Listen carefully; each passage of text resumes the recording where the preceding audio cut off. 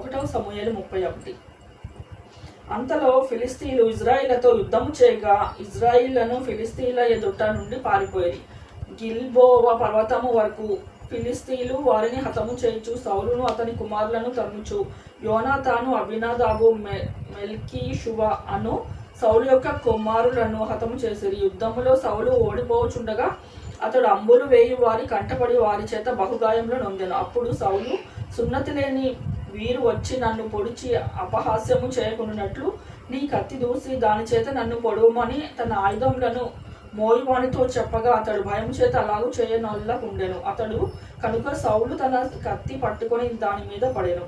సౌలు మరణమాయనని అతని ఆయుధములను మోయువాడు తానును తన కత్తి మీద పడి అతనితో కూడా మరణమాయను. అలాగున సౌలును అతని 3 కుమారులను అతని ఆయుధములను మోయువాడును అతని వారందరూ ఒక దినంలోనే మరణమైరి.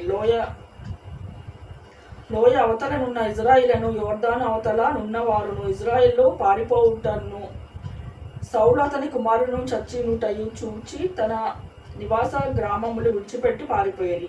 ఫిలిస్తీన్లు వచ్చి వారిలో కాపురముండిరి. మరునాడు ఫిలిస్తీన్లు హతమైన వారిని దోచుకొని వచ్చి గిల్బోవ పర్వతము మీద పడిపోయిన సౌలును అతని 3 కుమారులను కనుగొని అతని తలను ఛేదించి అతని ఆయుధములను తీసి తమ బొమ్మల గుళ్లలోను జనులలోను జయవర్తమానము తెలియచేయటకే ఫిలిస్తీన్ల దేశంలో 4 దిశలు వాటిని పంపిరి. మరియు వారు అతని ఆయుధములను అష్టారోతు దేవి గుడిలో ఉంచి అతని మొండెమును బెత్షాను పట్టణంలో గోడకు తగిలించిరి. అయితే ఫిలిస్తీన్లు సౌలుకు చేసిన దానిని గుర్తించిన వార్త యాబేష్ గీలాతు వారు విని బలుషాలులందరూ లేచి రాత్రి అంతా నడిచి సౌలు మొండెమును అతని కుమారుల కళేబరములను బెత్షాను పట్టణపు గోడ మీద నుండి దించి యాబేషునకు తిరిగి వచ్చి వాటిని దహనము చేసి వారి శల్యములను తీసి యాబేషులోని పిచ్చుల వృక్షము కింద పాతిపెట్టి 7 దినములు ఉపవాసం ఉండిరి.